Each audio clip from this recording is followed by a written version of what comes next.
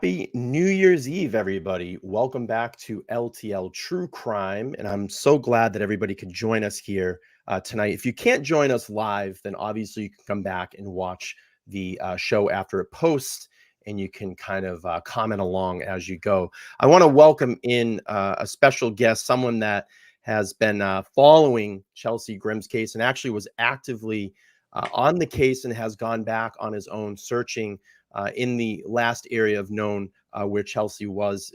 Steve from SF Investigates, Steve Fischer from SF Investigates. Thank you so much for coming live again. It's been a little while, and it's nice to see your face again. Thanks for having me. Nice to be here. Happy New Year. Yeah, absolutely. It's really good to be here. So I know that you just recently was back out in Williams, back on the 26th of December, I think through the 28th. Am I correct? Yeah, I searched the 26th, 27th, 28th. Yeah. Can you just tell me a little bit about maybe the vibe that's going on right? I mean, is anybody looking for Chelsea? Do you see anybody talking or looking for Chelsea or? No, I mean, I didn't even see, there wasn't even hunters up there. I think I ran across two vehicles the whole time I was up there. It's dead. I went out, I actually stayed in Williams this time instead of Flag. And, I went to a couple of the local places and stuff. I mean, there's just no chatter about it at all. Places that used to have her signs up, her posters up, have burned down now. And so, yeah, there's nothing going on with it. It's really sad. I mean, it's really sad. I mean, I have to say on my end too, the chatter is just completely out, out. And it's a shame. I don't know. I don't know. This is a bizarre one. It's very strange, but there's not much effort being put in, which is frustrating because I think she deserves that effort. But, we'll see. I have to commend you, though. I mean, considering, being off the case now and really going back out there, because I know that this case is really kind of, it's kind of personal. I mean, you and I have put a lot of time into this.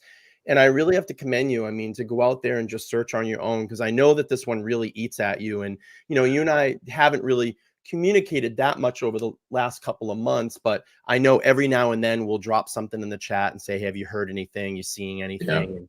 Yeah. And I appreciate that. I really do appreciate that. Yeah.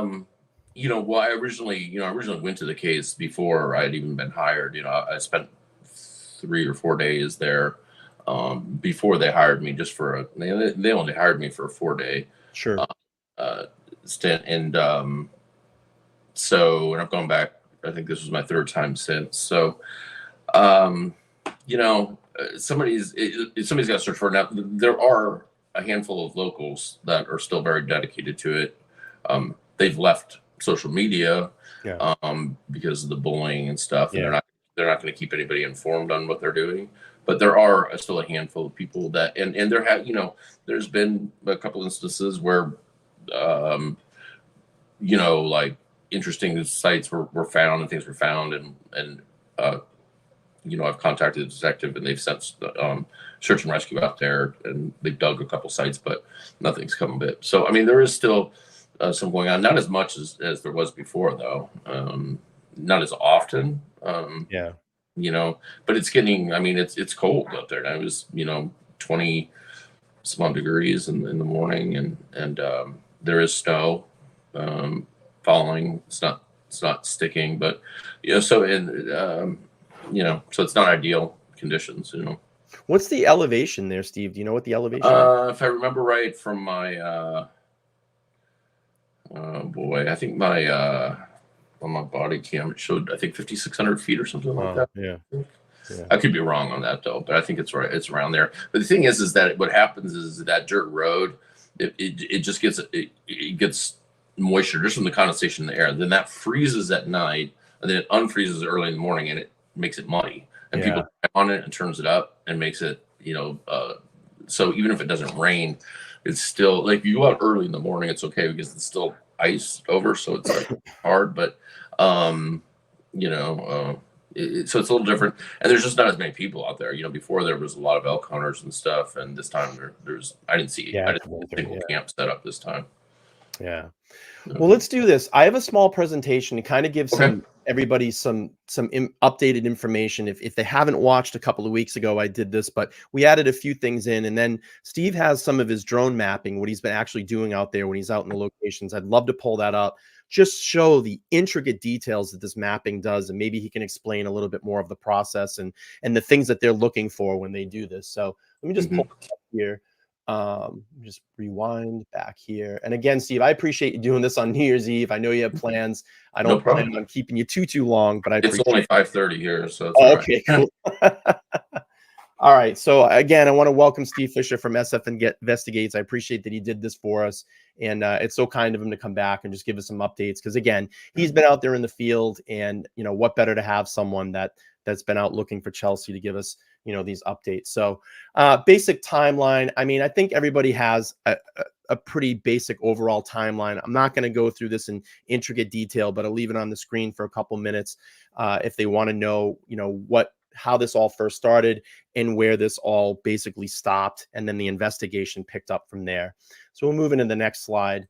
I have here a couple new information. We're going to talk about Chelsea's SUV, Chelsea's apartment, and then obviously the search and recovery mission or efforts. So here I had a source, and I think you were actually the source that told me this, and I can probably divulge that now that we're here on air together. I think in one of the second to last trip you were out there, you had mentioned about Chelsea's SUV actually being give up in storage and then sold off to the apparent company that was storing it, correct? Well, so they titled it in their name, because if you don't pay for, your impound fees in a certain amount of time, if it goes like 30 days later or something, then they can do that. So so they titled in their name, and I don't know if they sold it yet or not. It was for sale. I think they had it overpriced, but but all of our possessions, everything that were in it, and there was a lot of stuff in it. It was all gone. Just everything got cleaned out. Yeah, they had to clean it out for sale, because I think ultimately they'll send it to an auction company. But I mean, when I went through the vehicle, which I did, for the head PI on the case, I mean, she had probably 10 or 12 journals that went back to like 2014 or 15, filled with writing, cards from her mom, writings back and forth with her mom, artwork, really personal stuff. I was really shocked that nobody claimed it, wanted it to them or anything. And it's all gone now. It's thrown away. Yeah, and a lot of clothes. Just a lot of personal, sentimental things. So I was really, really shocked, disappointed. Yeah. Actually. Yeah, it is. It's really disappointing. It's just kind of like discarding someone's life. Yeah. And I just don't understand that. I think that's what's been the most frustrating thing in all of this. And I'll be honest with you, and I'll be honest to the audience here too. I even reached out to and I'm sorry, the name is going to slip me here really quick. Kelly, the lead PI. I mean, I wrote him a nice email and just said, hey, I'm covering this case. I've put a lot of work into it. We've done about 50 videos, half lives, half videos about Chelsea. We really care about this case. We've kind of, my audience and myself has this kind of personal attachment to it. And if there's anything that you could share, I mean, I'd love to hear just a statement or just something. Yeah. And there's nothing. I mean, there's just no return anything. And I'm just really sad and disappointed about that. And, and the chats have gone cold, all the chats that I was accepted in, and it's just kind of like people are just moving on, and it sucks. It's just, yeah, it does. It's a shame. I've never, it's for, I've done, I mean, all I do is missing person cases. I've done hundreds of them, and I guarantee I do more than anybody in the country. And this is a first for me. I've never seen anything like this. I've never seen it where, and I do some work for some very, very poor families. Work, a lot of foster kids and stuff like that too. And I've never been on a search where the family, didn't find like a Greyhound ticket or something. Yeah, just come there and see what's going on, and need to know what is going on, and just want to be there. And this is a bizarre one. It just seems like, well, she's gone, so we're fine with that. Well, I'm not. I'm definitely not fine, and I'm Mm. going to keep digging. We might not have the amount of information that was flowing when this first started, but I will keep digging. And I know certainly you and I will stay in contact about this. And maybe that Yeah. every couple of weeks we just drop in. Hey, have you heard anything? You seen anything? And Yeah, I'm going to continue to search. I mean, as I can, right, and I know there's others. Like I said, there's a couple locals that are still searching. They're just not going to disclose anything they find or anything like that, and I don't blame them because the way they got treated on social media. yeah, But that's the thing is you try to like be transparent and give people information, give people correct information, and then they just want to attack you and say that you're giving bad information, and they're and these are people that have never don't know a thing about the case. yeah. I mean, I got it. I got onslaughts of attacks. I mean, I got Yeah. chased out of Facebook groups and all that. And I think with the problem, I think what that does is, immediately when I had the case file, I put it right out there because I Yeah. didn't want this to turn into, and I don't know if you follow the Idaho case, but there's been so many conspiracies about that. Yeah. And this poor, I looked at this and I'm like, this poor girl doesn't deserve that. So I want to get out in front of all this and just get the information out. But when you do that, what happens is it crushes all their theories and they get really pissed about that, which is and listen, when Facebook groups for missing people are privated, then those are just ones that are they're clickbait groups is all they are. They're conspiracy. They're the same people that are in every single case, and it's the same cast of characters, and those don't even care about what they're saying. The closed groups, but it's just there's nothing from the media. They're not doing anything. I mean, the last Nobody's asking law enforcement for interviews. They're not pressing the issues, and this is like, make no mistake, this is a shelved case. This is not a criminal case. This is not a active case. This is not a search and rescue mission. This is just if somebody runs across her remains, they will retrieve her. Yeah. It's really disheartening. Yeah. All right. So, so I went in and I did a VIN search on it. We looked through kind of the history of her driving. I just thought this was kind of, I don't say like a fun fact, but it was just a little bizarre. And I think you can see the behavior here, but she drove about 1,000 to 1,500 miles per year, but right around the time of her disappearance, your SUV jumps to about 8,000 miles. And I contribute to that. Who came in her life at that point? In and around that time, just before that. We all know who PJ is. I don't want to get into a bunch of sensationalism and bringing him up, but I'm sure that he had contributed a lot to the driving, knowing how erratic is in knowing, who this person was. But, nothing major. I just thought it was an interesting point. All right, we'll move on here. So then I had got some information back on December 6th, 23, that a source said they saw Chelsea's landlord around her apartment moving Chelsea's possessions outside. They spoke. I said speak. It should be spoke. They spoke with the landlord, and the landlord says that the parents didn't have the mental capacity to come out there and do it themselves. But other than that, the landlord didn't have any other information. And that's when I kind of started to dig around, and I got to a couple more sources, and ultimately, we found out that that was true. So if anybody was wondering where Chelsea lived, and this is just really strange, I looked up on Google and I found it just rather haunting that there's her SUV. It's not hers anymore. It's being sold. Her apartment now has been given up, and it's kind of like you said, it's just being brushed away. It's shelved, and if someone comes across her, then here we are. So then my source actually reached out directly to Sarah, Chelsea's sister, and she did confirm that Chelsea's apartment has been let go and her personal items were being put into storage for when she returns home. They wanted to clean out her apartment because they said, quote, it was infested by PJ. The family wanted to make sure all of her objects and valuables and memories were kept safe. So that's I think she took the stuff that was most important to her in the car. Yeah, I would say, yeah. Yeah, I would say, yeah. So then we got a couple supplement reports that came in. This was some of the most latest information here. And this was part of the San Diego investigation into this case.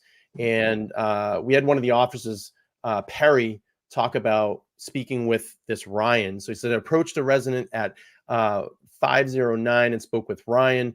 Ryan agreed to speak to me about Chelsea. I asked Ryan when was the last time he saw Chelsea. Ryan said that he hadn't seen her he saw her on September 24th. Ryan said that he kept to himself due to the issues between Chelsea and himself. Excuse me, and she could have been around later than that. Ryan assumed that she was going to a wedding due to a phone call. Goes on to explain that Ryan says, due to the close proximity of the homes, Ryan could hear a lot of things going on in Chelsea's home.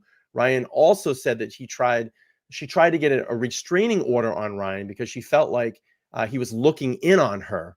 I asked Ryan if he had any other interactions with Chelsea and her boyfriend. Ryan said that he tried to tell Chelsea her boyfriend was not good for her and would bring her down. Goes on to say, I asked Ryan if Chelsea appeared to be mentally ill or suicidal. Ryan said that he would rather not say. I asked if he observed illicit drug use being used or sold from in and around Chelsea's home. Ryan said for his safety, he would not like to answer that question. Goes on to say to complete the supplementary report. He says, then I spoke with Cheryl about the Chelsea's property. Prior permission was granted for me to enter the residence and look around for any evidence. I asked Cheryl when was the last time she spoke and saw Chelsea. Cheryl said that she received a text message from her on September 26th about rent. I'm guessing this is the homeowner. She said Chelsea had told her the rent was going to be a little late and that she was not going to be home in time to get it to her in person. Cheryl said that Chelsea's boyfriend, this was interesting. Cheryl said Chelsea's boyfriend had been living in the residence since she left, and he had to be removed from the residence recently due to not being on the lease. But that doesn't make sense to me, because didn't he say that he was out in Tennessee? No, he said he was supposed to go to Tennessee and something about missing his flight, and so he stayed in San Diego, and then he went to Arizona after he found out she was missing, and then from Arizona he went to Tennessee, and then was arrested. You're right. That's when he was arrested. Gotcha. So then it goes on to say, Cheryl opened the door of the residence to San Diego police and cleared the area after police rendered the residence safe and entered and began to look around. Did not find anything in the residence that would elicit unusual behavior. I took pictures of each room and the prescriptions in the bedroom. I then took pictures of the pages in a notebook that was in the kitchen. There was a calendar that was to date September 23rd, 24th. All photos were taken, uploaded to evidence.com, and they can be requested through the department policy. So that's really our last supplement report. And then we had a source that came out. Sarah Grimm sent a message to a friend of Chelsea's updating on the search and it should be recovery, but search and rescue efforts. She said something about check Mount Humphrey's retreat. And then I said to myself, well, where have I heard this before? I went back to one of the supplementary reports, and this was on the evening that Chelsea drove into like a neighbor's ditch. And it said Grimm told them she was trying to get to Humphreys, unknown what Humphreys Peak or Humphreys Street in Flagstaff. She said to her husband that it was able to direct Grimm to drive out of the ditch, and they provided her with directions back into Williams and Flagstaff. Grimm then drove to the edge of their driveway, sat there for a few minutes, and then she turned west onto FS 124 in the opposite direction of her travel. So what I figured out was there is a Humphreys, and it was a Humphreys retreat, and that was the quickest Google search that I got. So I said maybe Chelsea was sitting there and she was looking for a retreat and Googled it, but this is an actual area that you can go to. And she said that she had someone go out there and check, but there was no signs of Chelsea actually ever showing up there. So yeah, that it would be a long ways too, but who knows, because most of what she was saying wasn't exactly right. 100%. So as we know, you went out for search and recovery issues. This is one of the locals here a couple of weeks ago, and I grabbed one of their tweets, and this is OSINT. So I'll just read it really quick for the audience. Yesterday, 12/5, I traveled several hours once again to Williams, meeting 2 locals from previous searches, excuse me, who have been giving much time to resource search for Chelsea Grimm. Below are circled in purple is the ground I was able to cover in a 4 or 5 hour nonstop search within safe daylight hours. Traveling from one area by another vehicle is not a quick process. ATV roads can be extremely rough. This may not seem like a large area on the map, but it is, and inspecting the ground for any clues is a tedious process. Some of us plan to go back around Christmas to resume, and that's how I knew that you were going back. So it's a small group of locals confirmed the search. Yeah. Steve from SFI Investigates will be recently back out in the area. I was not on that particular. Sure. You know. So we'll go here. And obviously we saw your statement come out, said we have been on ground searching and has also decided to start drone mapping the area. And we're going to talk a little bit about that here in a couple of minutes. We mapped about 6 million square feet of the last trip. And then I have software that models the whole data set together, and you can zoom in and literally see everything on the ground, and it's just pretty amazing technology. Yeah. In the trees, etc. There's also AI detection software that scans for areas as well. It's it's pretty amazing. Well, I guess you showed it last time, really. Yeah, we'll put some of it up again if people haven't seen this on our live. So I'm going to take, I think, the piece that you showed me last time. So this was the first piece I think you sent me. Mm-hmm. And, I mean, this is going to blow the audience away. This stuff is Paradise tanks. Yeah. Okay. This is pretty amazing. I mean, look at it's incredible detail. Yeah. Can you tell me about the process, Steve, and how this all works and how you guys map out, what particular areas you're going to go into? Well, so it's basically just taking the search zone and then breaking it up into missions and areas of importance. So areas that might be a little harder to get to, we'll send the drone to, or it's just a matter of because I can send the drone autonomously. It can do its own thing, and then I can ground searching. And then what it's doing is it's taking a thermal image and it's taking a regular image, and at the same time. And then, so on this one, I don't know, maybe took 13 or 1400 shots, and then we stitch them together. And then, as you can see, you can zoom, you can do everything. And if you were to, drop a pin there, it'll tell you the exact coordinates. So if you see something, you hit that pin icon on the bottom right there. Yeah, you can drop a pin. It'll tell you the exact latitude and longitude. Yep, right here. I see that. Oh, wow. So what we could do is we could say, hey, we spotted something. We call local search and rescue, or we call the detective. And there is a couple things that I've already picked up on because it's scanning right now as we're speaking. And there's a couple things. One looks like some sort of bag that I'll give them the coordinates to go see, to have them take a look at. So if we find something, we can give them the exact coordinates where they're at. Wow. Yeah. Let me go to some of these other maps. And then, so I had like a question like this here.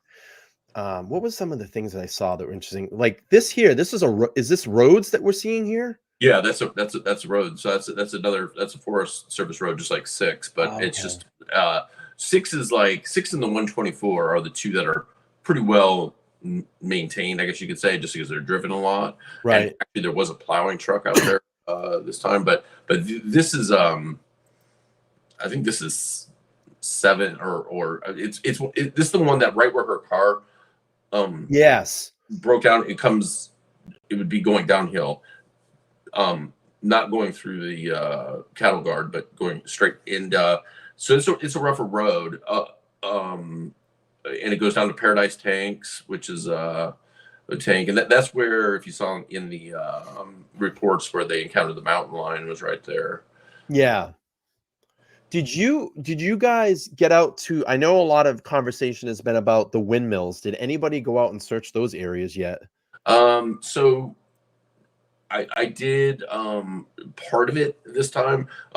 Coconino Search and Rescue did go from one tank that's east of what's called Frenchman Tank, and they took a straight line to the nearest windmill. They sent a crew doing that line and didn't detect anything. I'm not, I'm not convinced of that that she did that anymore. I really go back to what the lost person, behavior models, tell us. They're just, it's just so much data in them, and people, human nature, people tend to react similar ways. And I really think it's going to come back to what the original models told us, which is she's going to be within 100 yards of a linear path. So one of these roads, she's going to be within 100 yards of that, and very well likely within that 2.1 mile ring still, but that's to the 75 percentile. So she could be outside that, but I think she's going to, I think she's going to be found very close to a road ultimately. Yeah. And the reasons that I have really come off the windmill thing too is that just looking at her photos again that she took at the end, everything she took, she never took a photo facing north or facing to the east. Every photo she took at the end was facing straight ahead or to the south, downhill. And not that she was taking photos of the direction she was going, but there didn't seem to be anything that interested her. Those windmills, there was no pictures of the windmills. You know? So and the last picture she took was just kind of that road straight ahead. And I think that and also I sent you, I know we didn't talk about it before, I sent you a through Twitter a Dropbox link, and I sent you a piece of body cam footage, just over body cam, and just to show that why I think she's very close to. If you do show it, I have not listened to the volume on it, so if you could play it without volume, that'd be great. Absolutely. Give me 2 seconds here. I'll pull it up. The thing is that the road's very well maintained, not very well maintained. The road's drivable and stuff like that, and it looks, there's just grass and stuff off the sides. But once you step off, and you'll see this is a piece where I step off the road and go in, off the road, you'll see it. It's just it's super rocky. And if she was doing this at night, not in a great frame of mind, it completely dark, has the lizard to worry about, doesn't have her headlamp. See this, so this is on the road, and I think I'm going to go right here in a second, and then you'll see as soon as you get off the road,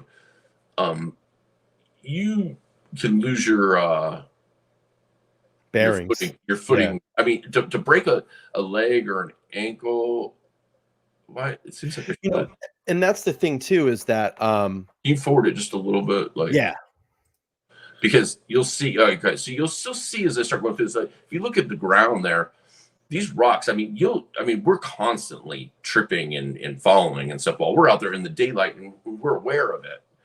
So, and also, unless you have she has really good shoes and stuff like that. It's good. It's very hard. We don't know. We still don't know what kind of boots or anything if she had anything, but this is a lot rockier than you think. And in fact, as I go further, you'll see you let it play. It gets really and this is not the worst areas. So to do this at night, I really think she had to have taken that road, and she was probably like dipping off it if cars were coming to hide, because she seemed to be paranoid. But I don't think this didn't cut through. If she did, that's the thing. If she did decide, I'm not going to take the road because I don't want to be seen, then I don't think she's going to be more than a mile from the car, because I think you would trip, you'd hit your head, something bad would happen. This is really not terrain for walking. Yeah, I was just going to say, this gives kind of a more perspective to kind of give the audience that perspective of the tires that we saw that were blown out. This kind of puts it more into context to me. If you're blown out and you're driving on these roads, that's going to tear your run flats up. And the road she went down was gullies. Like, I do not know how her car made it down there. We were in a Jeep and we were struggling. How she got the car in and out of there, is shocking. And I know the car was back there because there's photos of it. Yeah, but I don't know how she did it without literally ripping the undercarriage of the car out. Yeah, it looks like you have a couple. We have a couple of locals in here. Locals in here. Yeah, we're all crazy. I know Osen is in here, and I think there's someone else. Julia saying that she's heading out there again tomorrow too. Mm-hmm. So Yeah, listen, I can't see the chat, but yeah, it says going out. Osen says, I'm going out to search tomorrow. I've got a couple of flyers and new mm-hmm. flyers printed out today with Julie Johnson. Listen, we want to really commend your effort. You all have been out there. You're locals. You're donating the time to go out and look and recover Chelsea at this point. And we really appreciate that here. And I know Steve does as well. And, listen, I'm going to stay on this. I know that, we're not getting that plethora of information that we were in the beginning, but we will stay on this. We will stay on it. I'm going to play a little bit more of this video so everybody gets perspective. I think it's about to end, but yeah, this is incredible though. Yeah. I didn't even think it was that it is rocky, dude. Yeah, that's right by her car, not far from her car. So there's areas where it gets a lot worse than that. This is right by Martin Dam, which is very close to where the car was. So I don't think she's going to be far off the road. Yeah. I think it's going to be just like the models say. She's going to be within 100, Can you just explain a little bit of that to people? I know what you're talking about, but maybe the audience doesn't understand what model you're using and how that works. So just about every law enforcement search and rescue branch uses what's called lost person behavior. And it was what it is Dr. It slipped my mind. Yeah, it's okay. We get it. So there's one guy in the whole country that is actually a PhD in search and rescue. Right. And the Department of Homeland Security gave him a large grant years ago. And what they did is they pulled search and rescue Robert Coaster. Yeah. He pulled it from all over the world, search and rescue data. And so what he did is, so what they would do is they would take the missions and the end result, and they would say, okay, this was a female that was under this, type of circumstances, or in a car or hiking, whatever it was. And they just started modeling out of these hundreds and hundreds of thousands of missions, like when people did this, what was the end result, and where would you find them? What was the likelihood? And so I used, now Coconino County, like I said, everybody uses the modeling, but they used the Arizona mental health 25% line, which means, so what it does is and I actually put these on Twitter the very first time I went. Yep. I used the despondent, which despondent in a car in the forest, with a couple other possible drug use, a couple other things. Oh, okay, there. So if you look, it says, all right, so that's the linear path. That's where I was talking about. 75% of people are found within 100 meters of the linear path, which would be the road. But if you go to the one before that, let me just see what I got here. I know I have them. I'll pull them up one by one, and you can just tell me where to stop. So now they went to what they did was Coconino Star went to the 25% line, and that's just meaning that they know they're only going to be there a day or two, so they're just going to go out 25%. Let me see if this is it. Hang on. Let's see if this one is it. Oh, let me bring this up. And actually, the very first page will tell you what that model built is. What the despondent. This one here. So what that's showing is that, and like I said, we picked the 75% line, but they picked the 25. So that's saying it's 75% of the people in this model, despondent model, will be found in a 2.3 mile arc of the last known location, which was the car.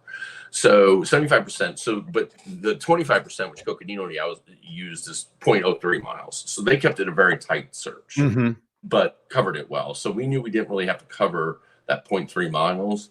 But if you go to the one right before that, it'll tell you what that model actually includes. It's kind of like the case brief. The very first page. It'll just be right. It'll just be writing, and won't be. I mean, you don't have to go to it. But so but yeah. So all the factors that I plugged in. Oh, I got it. I'm sorry, Steve. I got it. Okay. Yeah, I found it. Let me bring that up real quick.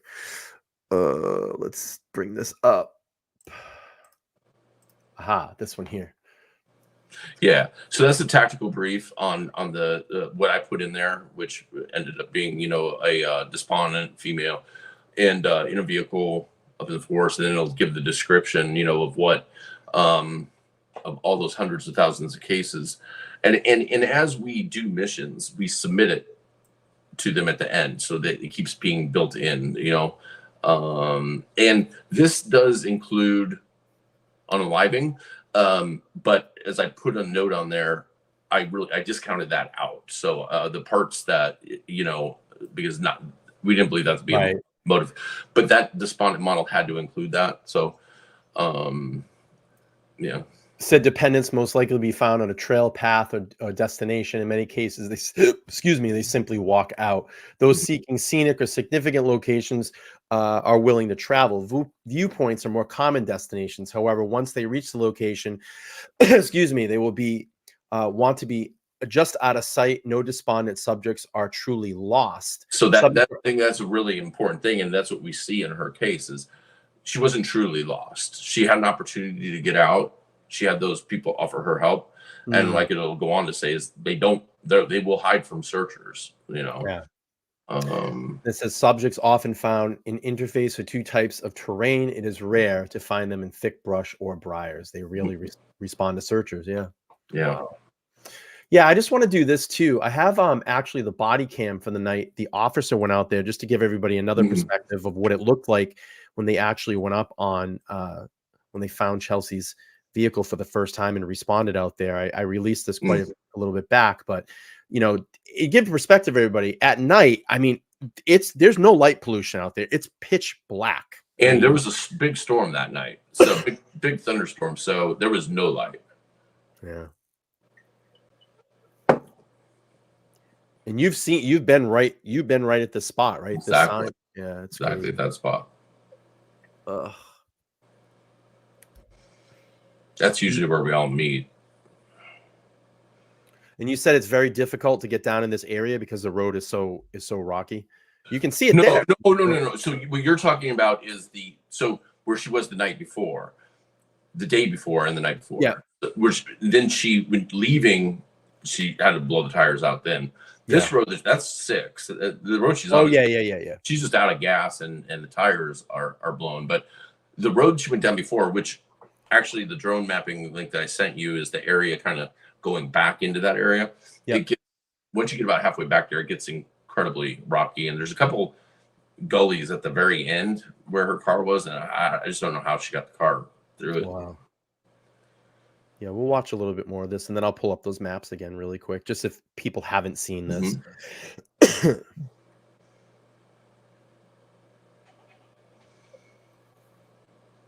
Yeah, he's just doing a search. Is anybody out there in the field? You know, it's just interesting.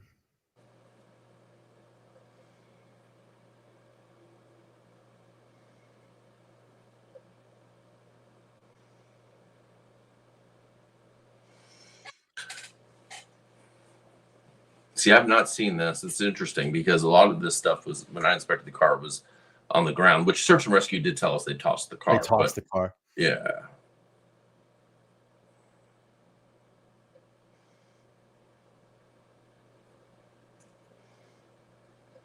It's just, you know, it's haunting to me because that's just the last. Yeah.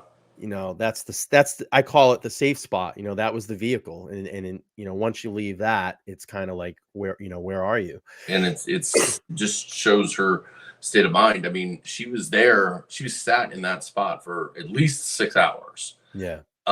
Because I can see from her camera that she's there at 11:55, and at 5:58 she takes the last picture. So she sat there in her car contemplating whatever it was she was contemplating, and turned down help. You know, but she was obviously paranoid, and you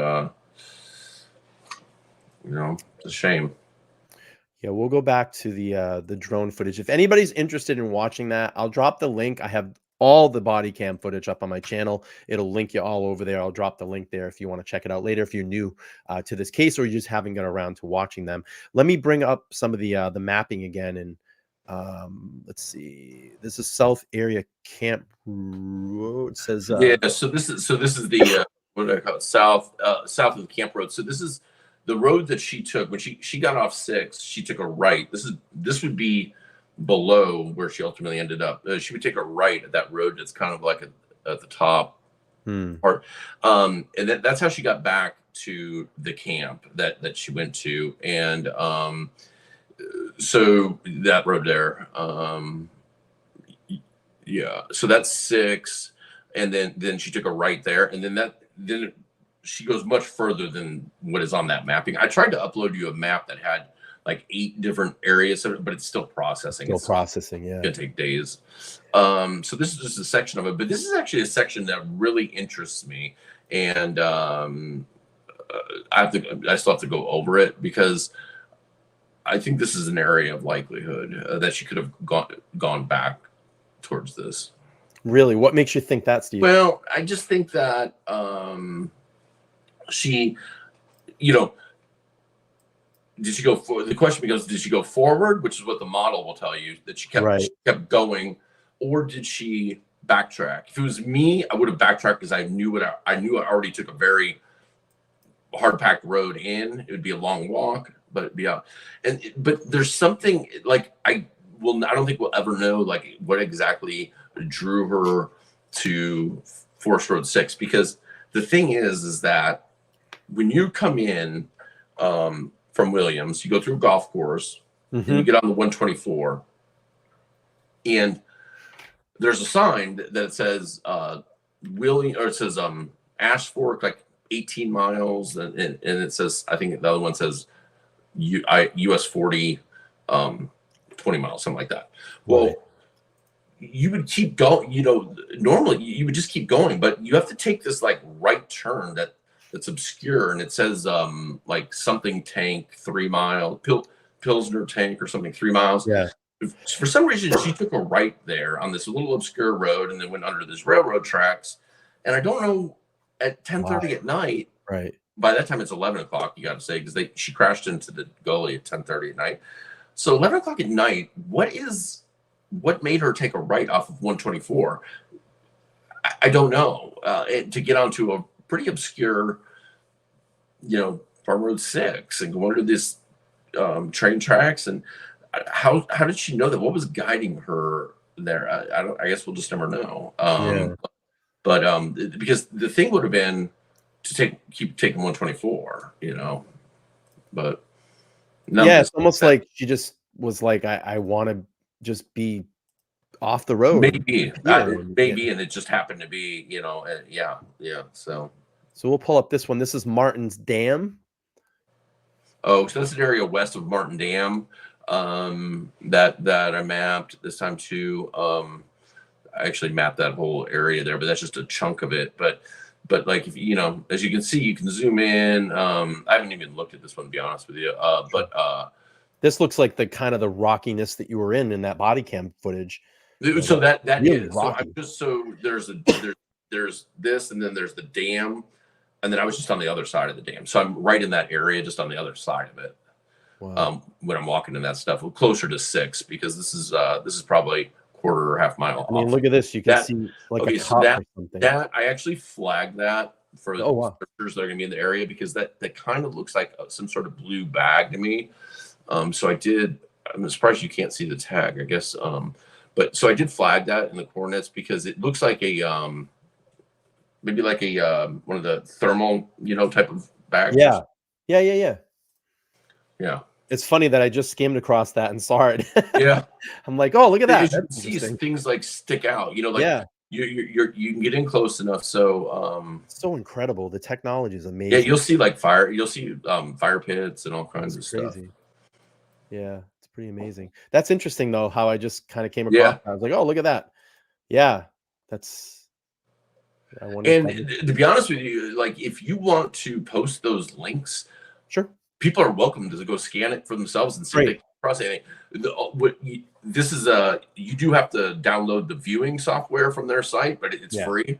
It's a huge company. It's not malware or anything, but you have to download the viewer. But then you can just scan it, and if anybody sees anything, let me or Coconino or Kelly or Yeah. whoever, somebody know the coordinates if they think it, but just make sure it's there. There's a lot of, you're going to see a ton of small tree branches on the ground and stuff that look like bones. That it's not all bones, so just what you'd be looking for is clothes, because we know she is clothed most likely.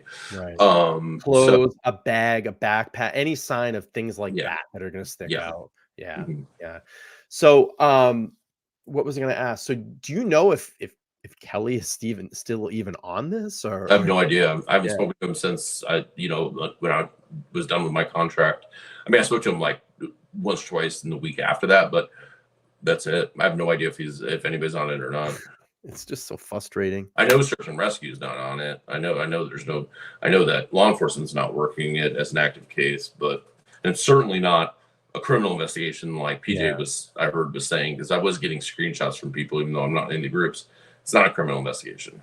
Yeah, I want to make that very clear to everybody here. As much as there might be some people trying to spin up some conspiracy and stuff like that, we have it very clear right in the Coconino Sheriff's Department report. I've posted it on my through my YouTube, and it's not criminal. I mean, this is not criminal. At this point, it's a recovery mission, and it's just disheartening to me. Where something that I felt really should have got more national attention. I mean, it's almost like kind of everybody came along. We had some small media sources pick it up really quick. That's how I heard about it. I heard it on like a quick blog, and I'm like, what is this? Really? And I grabbed it and started digging into it. And I said, geez, this sounds weird. And, started making connections, and I got into meeting, some of her friends and being accepted in that group. And then I got connected to you, and, had some messages go back and forth through a liaison to Chelsea's sister. And, I thought we're going to really get somewhere with this, getting the case filed, the body cam footage, possibly cracking something here. And everything is just cold. And it sucks. Like I'm really bummed out. I'm really, Well, yeah, I mean, I definitely think she can be found, but it's going to take a true search and rescue effort and team to do it. Having one person or a couple of people walking a line doesn't work. You got to have true grids done with teams of people, and that are trained, and it's gonna be done efficiently and stay within the models, and it should be found. I now think she's probably off the 6 or the AT&T road going west. Like she kept going like she was going to go out. But I say that just because I did cover, and I did cover about 2 miles of the AT&T road this trip by drone. But I say that because we've searched a lot of area to the east, but the area that we've searched to the east and to the south has mapping it out on we've covered maybe 2% of the area, maybe. So it's gonna be a long effort. I mean, if they don't want to put the crews out there, I mean, they should have 100-person search crew out there, right? But they should have, and they should, for 2 weeks, and they'd find her. But they're not even putting a 1-person search crew out there. Weird. So it's gonna take volunteers on an as they're able to do it basis. Yeah. OSINT, one of the locals out there, says, yes, Kelly says he's still active on it. We just got a flyer file from him. I wish he'd go there. He hasn't been there at all. Not that I know. I don't know. Maybe he has by now. But I mean, nobody's searching. It's really frustrating. There's no updates. There's no media. By this time, if it was my case, I would be getting the media attention on this. I wouldn't care if the family is embarrassed or not. This is about her. It's about retrieving her, and not leaving her out there for some hunters to stumble across one day, maybe. But the hunters don't even go. You know what I mean? Like the hunters hunt from the road. They don't go out in this shit. So it's gonna take. I don't know. It's going to be a long process. So let's just answer this really quick, because I know this comes up a lot and we still hear a lot about this. Why is it a recovery at this point? She could be abducted. Well, so as an investigator, I got to go off of what evidence I have, and there is absolutely zero evidence to show that it's an abduction. She had a camera with her that we have. She didn't take any frantic pictures. And listen, abductions are violent events. There's hair pulled, yanked out. There's blood. There's biological. There's not. She locked her car, took and walked away. Her phone and certain things with her. She took the lizard with her. Then locked the car and set the alarm. Even if she was walking out, there would be a struggle. There'd be signs of that. And also, you know, the people that were up there are hunters, and they're there. They're in groups of people, but a lot of families if you want to abduct somebody, you do not go to Forest Road 6 and think you're going to find a solo female out there. I mean, she's probably the only solo female out there in years. And it's, you know, the abductions are like planned events. They're not spared them.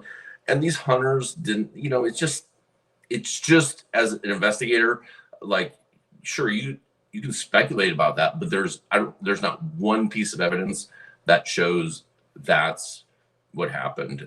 What it shows is that she was not in a good mental state. And listen, it's all in the report. And I think you talked about. She thought the lizard was talking to her and guiding her. Yep. That's in the report. I'm not giving that information, you know, but we knew that a lot earlier than when it was disclosed. She thought the lizard was guiding her. There was a lot of untreated mental health that was happening.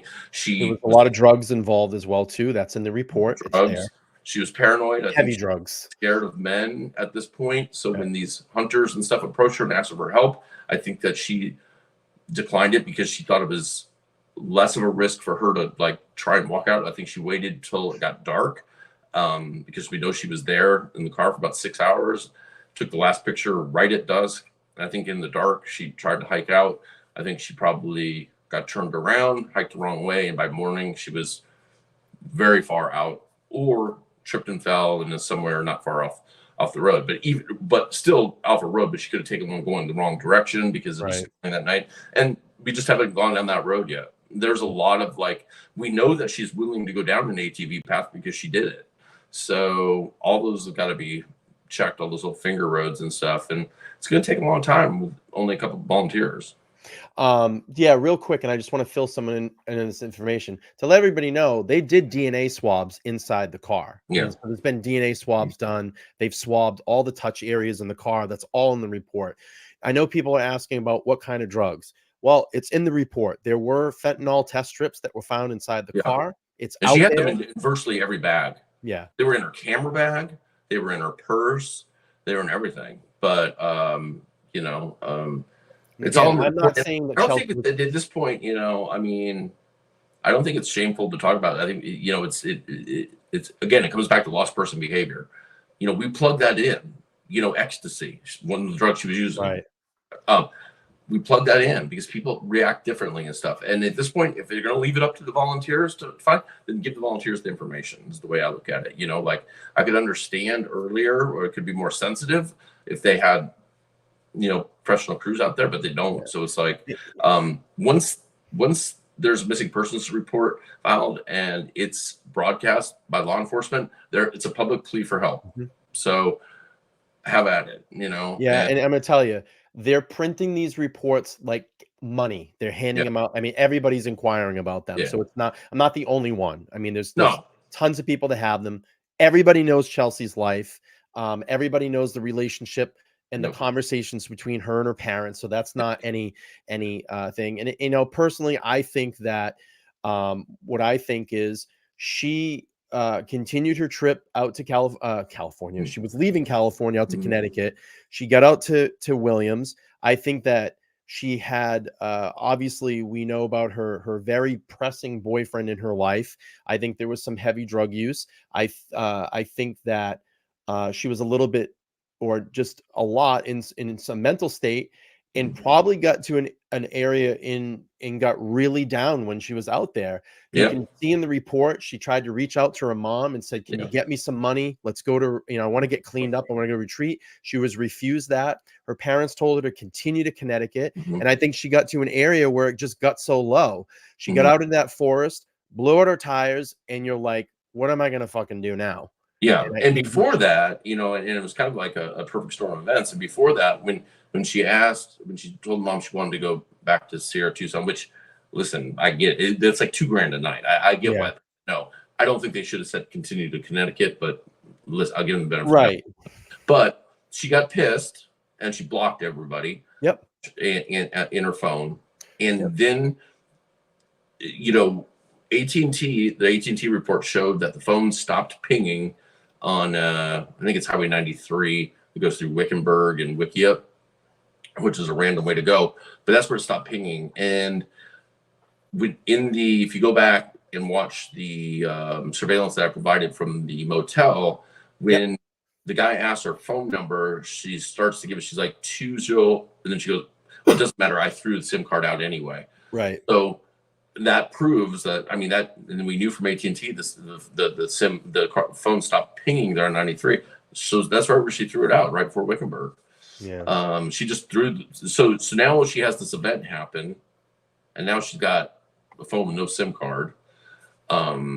She was in a bad situation, but she had these opportunities for help, and she still declined them. She declined them. I think she just got down and low, really to that low point, and just said, "Look, my parents don't want to help me. I have a shit boyfriend. I'm going. I have drugs that are hampering my life. I have probably some mental health issues, and unfortunately, when people get in that situation, and I've been through it, I'm not saying that Chelsea committed suicide at all, because we don't know that, but I've been through that, and these to me sound like those signs.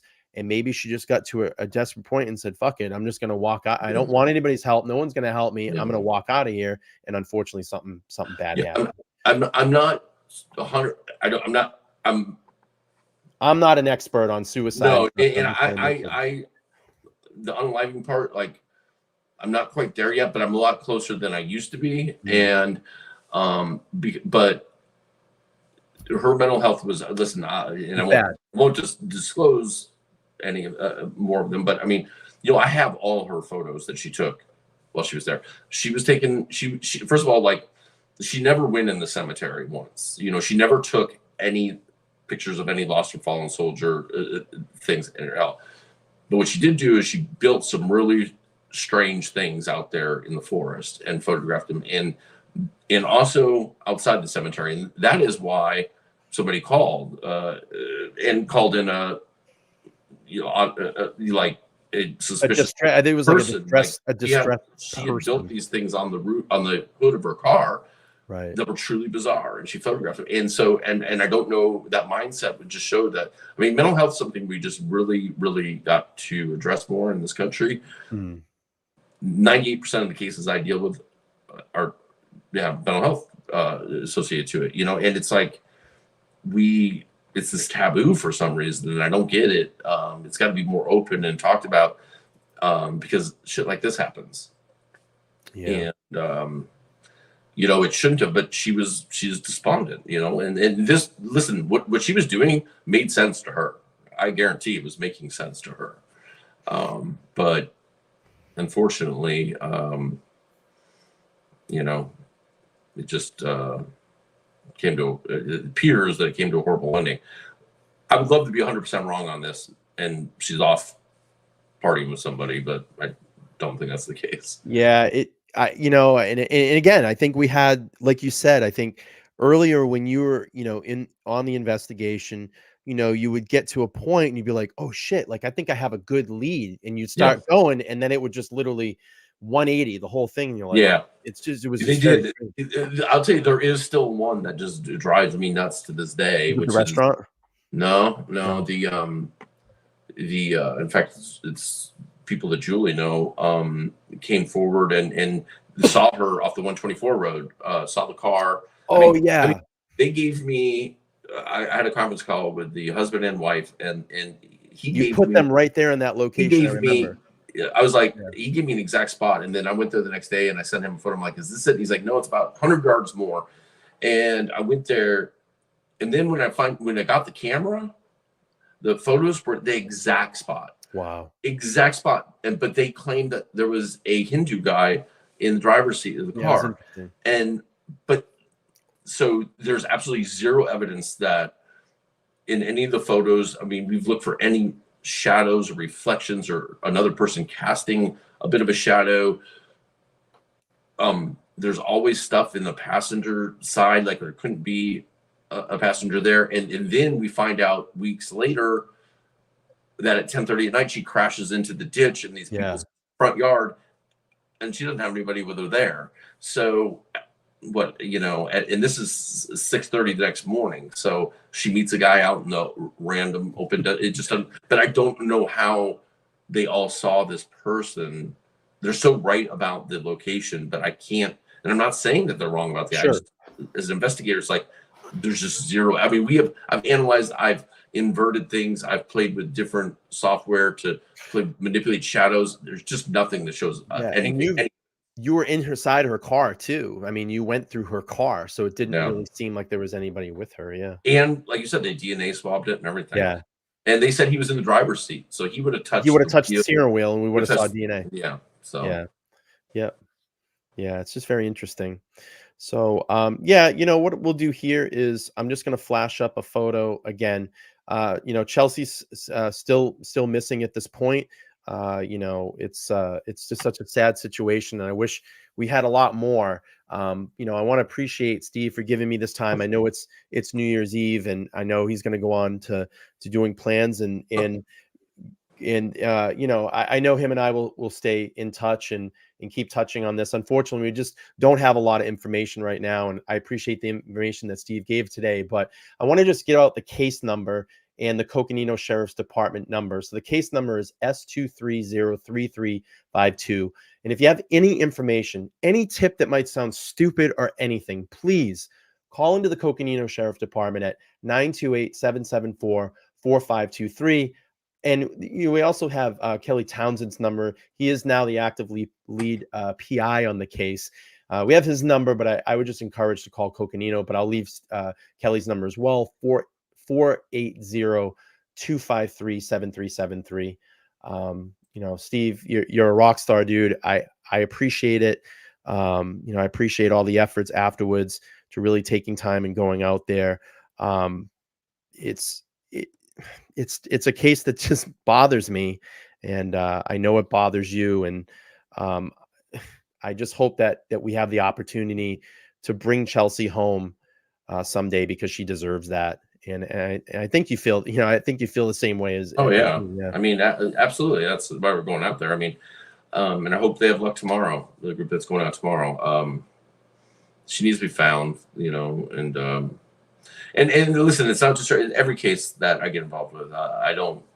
You can't just walk away from it, So I hope tomorrow's the day.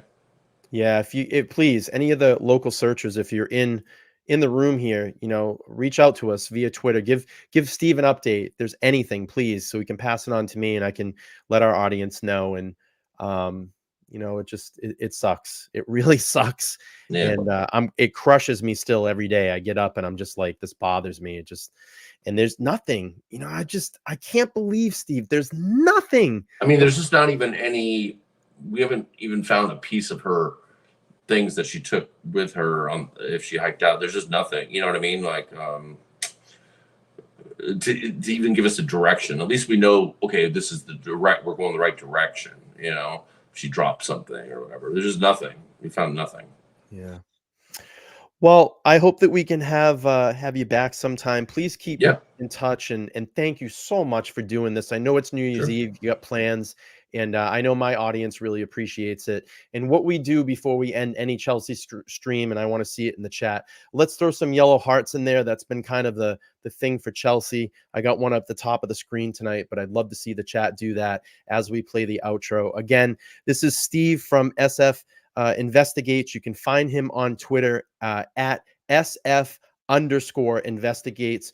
please give Steve a follow over there, as he does update all his cases. And what was your report in 2023? You found the most missing people in 2023, which is, yeah, we 15. We actually 16 because we had one last week, but that was kind of in conjunction with law enforcement, so I'm not going to count it. It's 15 and a half. I'm not going to count it. So yeah, but 15 missing persons we found in 2023. So super proud of that. Be probably an impossible number to top next year, but we'll do our best. Awesome.